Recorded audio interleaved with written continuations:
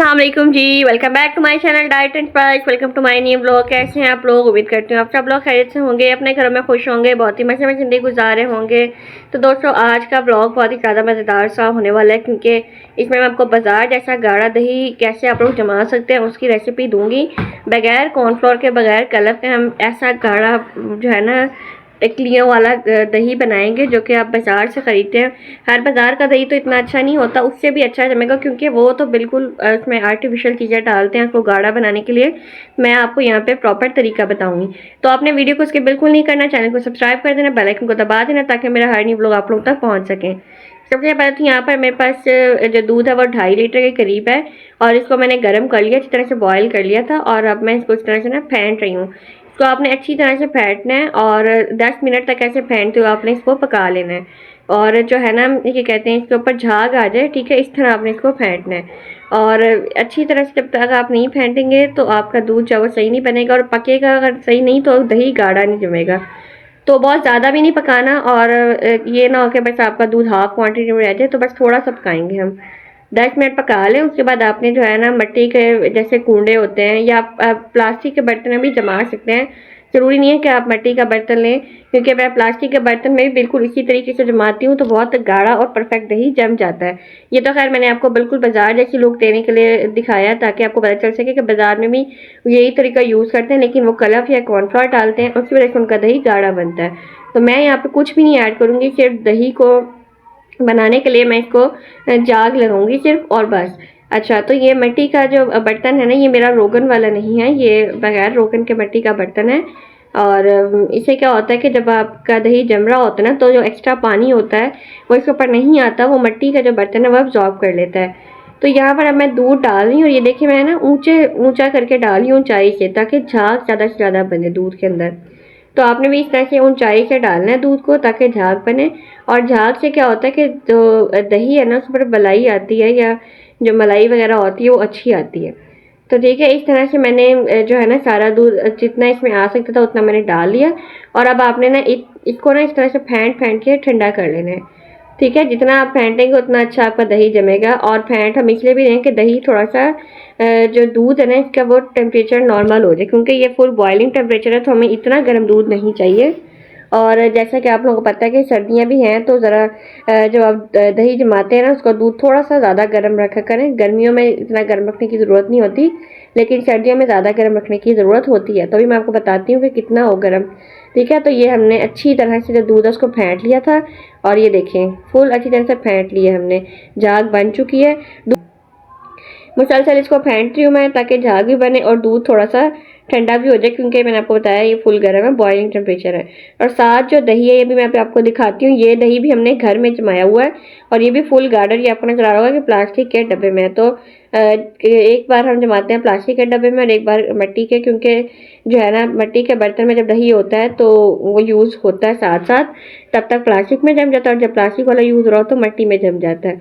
तो हमारा खैर बाहर से नहीं आता दही, क्योंकि शहरी के टाइम को लेने भी नहीं चाहता, और दूसरा ये कि हमारे कोई भी पसंद भी नहीं करता।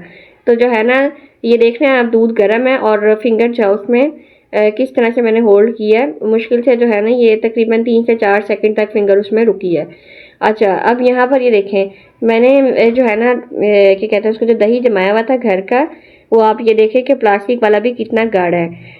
तो अब यहाँ से आपने ले लेना एक स्पून, और उस पर आपने ना तकरीबन जो है ना, मैं भी आपको दिखाती हूँ कितना आपने दही डालना है। इस तरह से आपने ना आहिस्ता आहिस्ता से 2 से 3 जगह आपने ना डिफरेंट जगहों पे आपने दही डाल देना है। ठीक है, तो मैंने तकरीबन ना 3 टेबल स्पून डाला, ढीला ढीला दही, फुल भर के नहीं डाला, जाग नहीं लगाया। तो इस तरह से आपने फिर दोबारा इसको फेंटना शुरू कर देना है।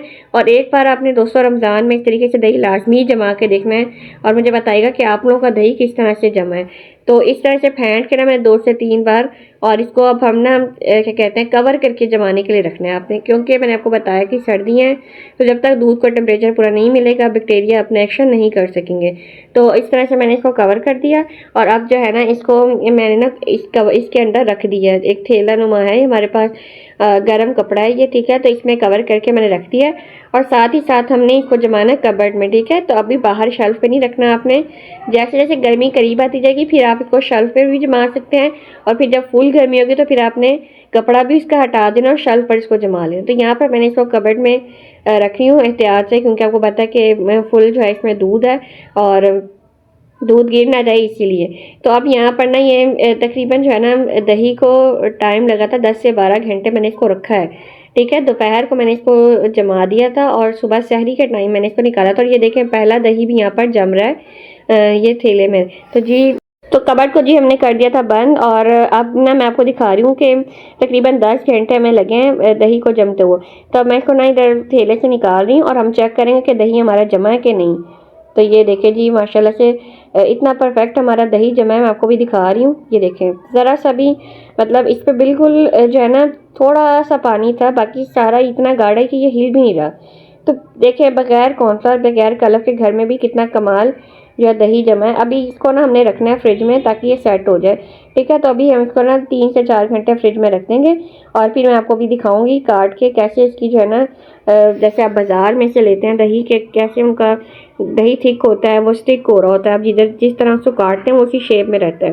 तो मैं भी आपको आगे जाके भी दिखाती हूँ, ठीक है। तो इसको अब हम रख देंगे फ्रिज में, और तकरीबन 3 से 4 घंटे बाद हम इसको फ्रिज से निकाल कर और देन जो है ना वो हम इसको क्या करेंगे कट करके फिर हम जो भी हमने यूज़ करना है, जैसे दही बल्ले बनाने हैं या रायता बनाना होता है या सहरी के टाइम लस्सी बनानी होती है। तो ये देखें जी 3 से 4 घंटे बाद दही जो हमारा परफेक्ट रेडी हो चुका है। और अब मैं आपको ये कट करके दिखाती हूँ कि कैसा लग रहा है। दही फुल परफेक्ट हमारा जमा है बगैर किसी कॉर्नफ्लोर के, बगैर कलर के। तो यहाँ पर ये देखें जो है ना ये चम्मच की हेल्प से मैं कट करके दिखा रही हूँ। आप लोग देख रहे हैं कितना कमाल इसका जो है ना टेक्सचर बना है, बहुत ही ज़्यादा अच्छा बना है इसका।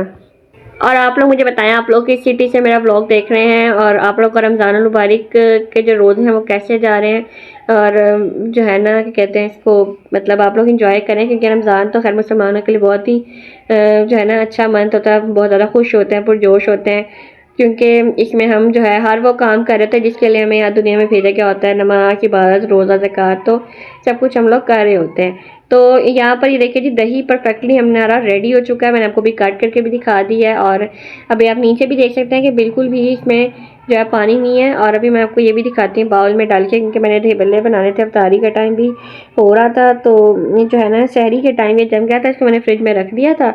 और फिर सुबह जब मुझे इसकी ज़रूरत थी जो है ना दही बल्ले बनाने के टाइम, तब मैंने इसको जो है ना फिर क्या कहते हैं उसको निकाला था फ्रिज से।